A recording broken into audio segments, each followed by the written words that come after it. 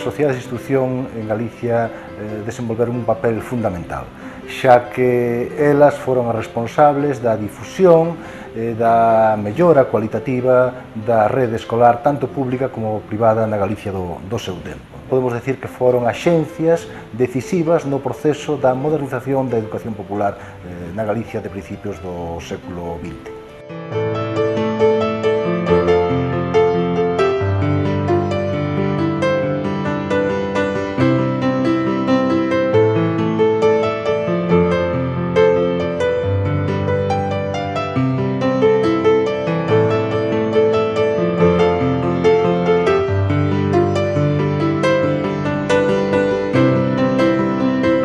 A acollida en xeral da veciñanza foi moi positiva.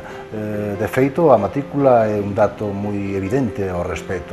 Tiña unha matrícula, unha inscripción moi elevada. Claro que como contrapunto había tamén un gran absentismo académico como ocurría nos centros públicos daquel momento. Pero mesmo se pode afirmar que había unha certa competitividade entre as escolas públicas e as escolas fundadas polas sociedades de instrucción.